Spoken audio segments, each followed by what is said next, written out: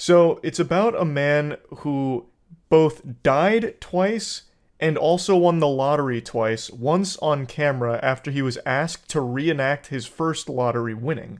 Now, you've probably seen the clip but don't know the full story behind it, so I want to kind of dive into it. I'll start with the news clip that went viral a long time ago. Heart condition. Suffered an allergic reaction to the drug administered to treat it. His heart stopped for 14 minutes. While revived, he slipped into a coma for 12 days, and his family was advised to turn off his life support. I hope those jump scares kept you on your toes. Maybe should have given you a warning, but I think it's more fun to surprise you with it. It's an old recording, and for some reason, there's just like this giant wall of static that blasts through occasionally like the boogeyman in the feed. That sounds like when you incorrectly plug a guitar into the amplifier. But it stops after this part here, so you don't have to worry about it again. Or I could be lying, and there could be more jump scares on the way.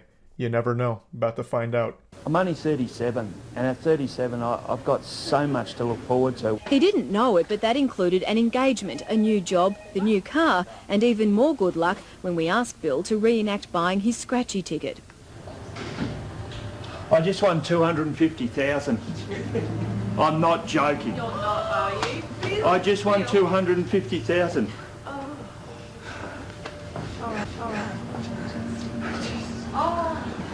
Oh, please don't kill me. You have to. Give us a congratulations, Bill. How are you? Fantastic. Look. It's just... I won 250,000, honey. I have. We got that new house.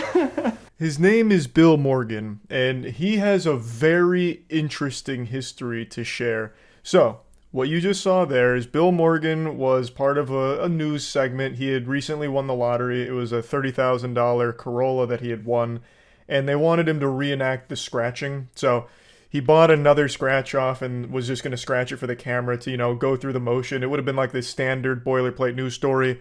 Local man was doing this scratching, and he won a car. But while he was doing this for the reenactment, he actually won $250,000 from the scratch-off in the reenactment. So the back-to-back two-time champ here. And he really just seems like a very wholesome guy. It's just an all-around feel-good story of a good thing happening to a good man who went through a lot of terrible shit. So in 1998, Morgan was a truck driver and he experienced a heart attack. He was taken to the hospital and the doctors were rushing to treat him because they felt that it was so important to get the treatment as quickly as they could. So they didn't look at his medical history, which led to them giving him a treatment that caused an allergic reaction which stopped his heart for 14 minutes. 14 minutes of a flat line. So he was AFK from his body for 14 minutes here. His soul had departed. But they didn't give up. The doctors continued trying to revive him to get his heart pumping again, which they eventually did manage to do, but he wasn't showing any signs of life. So what happened is they assumed that he suffered brain damage and he was likely going to be a vegetable for the rest of his life.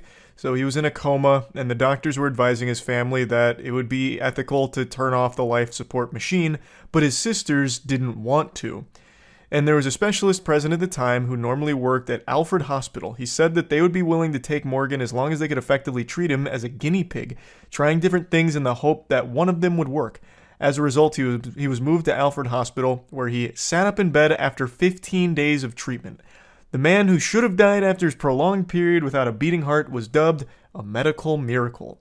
It sounds like a storyline straight out of a soap opera.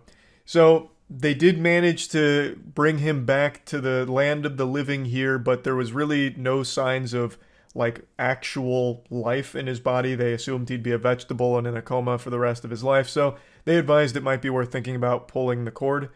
But his sisters didn't want to, and then in steps a hero who suggests letting him experiment on him and try other means of getting him back, which in a situation like this, I'll never understand why someone would ever decline that offer. It's not like there's anything to lose.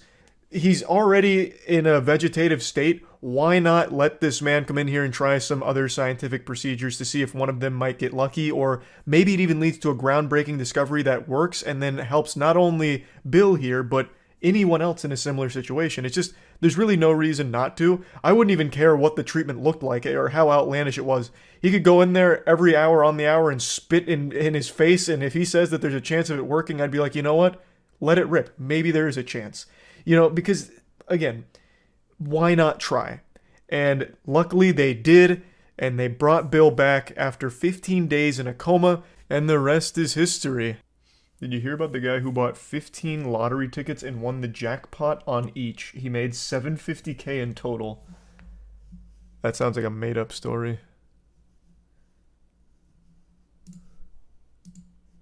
Let me see.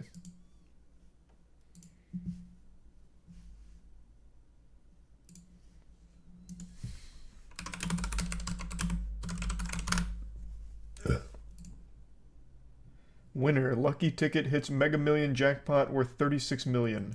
That's not it.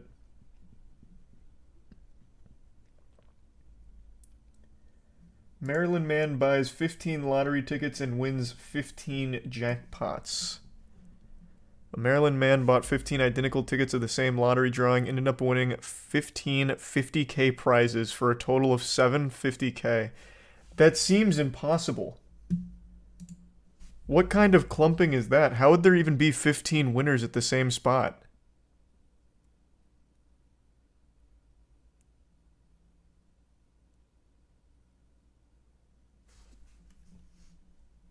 You can just duplicate numbers? No, there's no way. I'm imagining it's scratch-offs, right?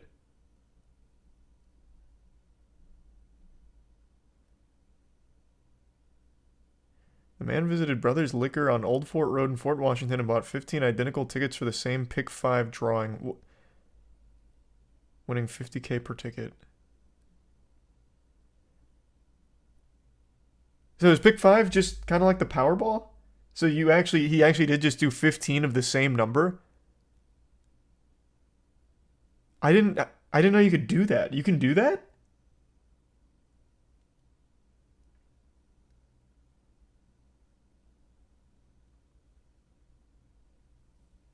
Thanks, Resub, Roman, Wait, Loki, Chim, Kidding, Tuxedo, and Tier 1 Ruben. And congrats on getting the new job, Jack. Thanks, Resub, Wake. Resub, Frosty. I need to try this. I think it's probably ill-advised, but that is crazy that it happened. When is it story time? Okay, you know what? I'll tell you a little story. Lie down in your bed, I'll tuck you in, snug as a bug in a rug. So, Troy, the other half of the Gentlemen, our band, his girlfriend has a mother. That's not the most important part of the story, but it's most people have a mother, and she plays the lottery every week, and has played the lottery every week for, I think it was 20 years. She plays the same numbers every single week, and has done so for about 2 decades. Now, Troy and his girlfriend are in New Zealand. The mother is also in New Zealand. And for 20 years, she has played the New Zealand lottery with the same numbers. A month ago, those numbers came up. And Troy and his girlfriend lost their fucking mind. They went crazy celebrating. Holy shit! Your mom just won millions. I don't know what the jackpot was, but millions. So his girlfriend calls her mom ecstatic, super happy. And it turns out her mom, in one of the very rare times that she does this, did not go get lottery tickets with those numbers because it was raining and she didn't want to make the trip. A legitimate once-in-a-lifetime opportunity missed because of a light drizzle. I don't know how I would go on living knowing that the luckiest possible thing that could happen to you would have happened to you if you just followed the routine. But her mom took it like such a champ, such a fucking warrior, that she just said, guess it wasn't meant to be.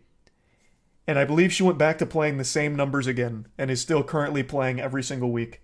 Same numbers, even though they've already come up and will never come up again. A man from Kentucky won a $167.3 million Powerball jackpot and claimed his check on April 28th.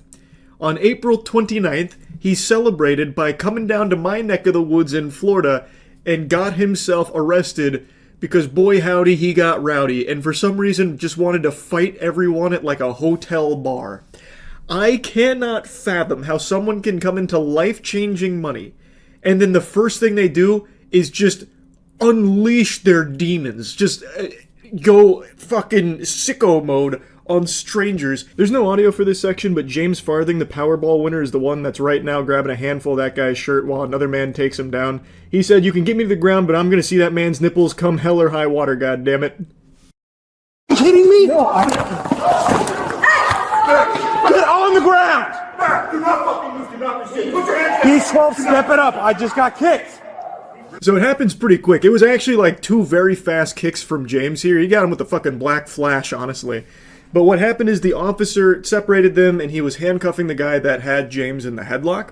And while that guy is on the ground, face down, James comes back to try and soccer kick him, but he misses and gets the officer square in the noggin. He like blasts his cranium here with his taekwondo kicks. And of course, being the tough macho man that James is, he then kicks the defenseless man who was handcuffed on the ground, which is a kick, that kind of soccer kick, that can oftentimes be fatal. He is an unhinged maniac. So he hits the officer and then hits the guy who he initially instigated all this shit with. So again, this is James Farthing, the one doing the kicks, not the one who's currently being handcuffed. And I know it's low-hanging fruit to call him James Farting, because his last name is so close to it. I'm sure he got bullied with that in school. But I still can't resist, so I gotta call him James Farting at least once. This man is getting farted on here by, like, the entire police force coming up. Do not. Just stay there. No, you're not. No, you're not. Stay right fucking here. You, enough. I didn't know you were here. Doesn't fucking make a difference. I got caught in the face. You stay there. Okay, you need to calm down. Put your hands behind your back right the fuck now. Put your hands behind your back and get against the fucking wall. Against the wall. Who else? The female. Taser deployed. Dude got wombo comboed here. That's the 2-piece Whopper special. He got tased and then Goldberg speared by another officer, and he let out a primal yell.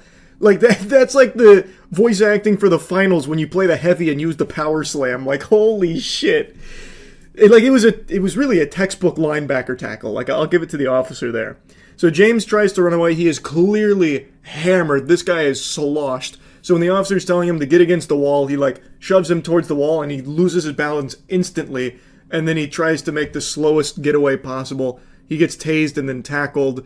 You can also hear his girlfriend is shouting in the background. Well, she was actually on the ground because she was also being rowdy and ended up getting charged with disorderly conduct or disorderly intoxicated conduct, something like that. So these two just came into an unbelievable amount of money. And the first thing they do, legitimately, the next day after getting this money, they come down here to Florida and they start causing a ruckus. They weren't like victims here. They started all of it. So that guy that you saw get him in a headlock, well, it turns out James Farthing just clobbered him with a sucker punch. The guy with the tats was trying to fight everybody. He ripped the dude's shirt over here. He don't want to do nothing. He was basically trying to fight everybody in the bar. The people who work here are saying that he was a problem. Bad mind. Him? Yes. No. No, I don't know. Well, because like. What I was told is he got hit, and that's when he I got did a fight hit. with the guy with the tats. So the guy with the tats punched him in the face. So you were instigating this as well. You were arguing with her. We were trying to split you guys up. You guys didn't stop arguing. I know you weren't the first one to throw punches or anything. That way? No. Like Yes. that's. Yes. So Now, the bald guy is also pretty drunk, that's clear to see. But, according to the employees there, he was arguing back with the dude with the tats, and they tried to get him to stop. Neither one did, and that's when James Farthing threw the sucker punch, and that's when he threw him into the headlock. And then also when James decided to rip the other guy's shirt off. It's quite a mess. James went around, like, talking shit, also bragging about being a lottery winner and, like getting in people's faces, trying to fight them. So he called him out on it, started insulting him, calling him delusional, that kind of thing. And I guess that's when the employees were like, stop arguing, stop, just squash this. But he continued to call him out for being an asshole, and that's when James snapped and sucker punched him. Now, they did trespass the bald guy from this facility as well, due to his involvement in all of this. And the guy who gets his shirt ripped off does also give a statement that talks about how the bald guy was insulting him a lot directly to his face, saying that he was antagonizing him. But also, the James Farthing was the one who did start all of the commotion. Now, this isn't James' first run-in with the law. He's actually got a fascinating bit of lore here.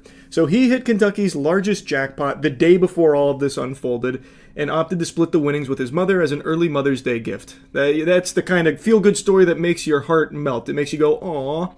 And then you read the following paragraph here. It turns out he is a career criminal who's racked up convictions across 9 counties in Kentucky for a litany of offenses. Wow, what a saint. This seems like the kind of guy that deserves a $167 million Powerball jackpot. That just goes to show you, when it comes to luck in RNG, there is truly no amount of karma or anything at play. It is just as random as that shit gets.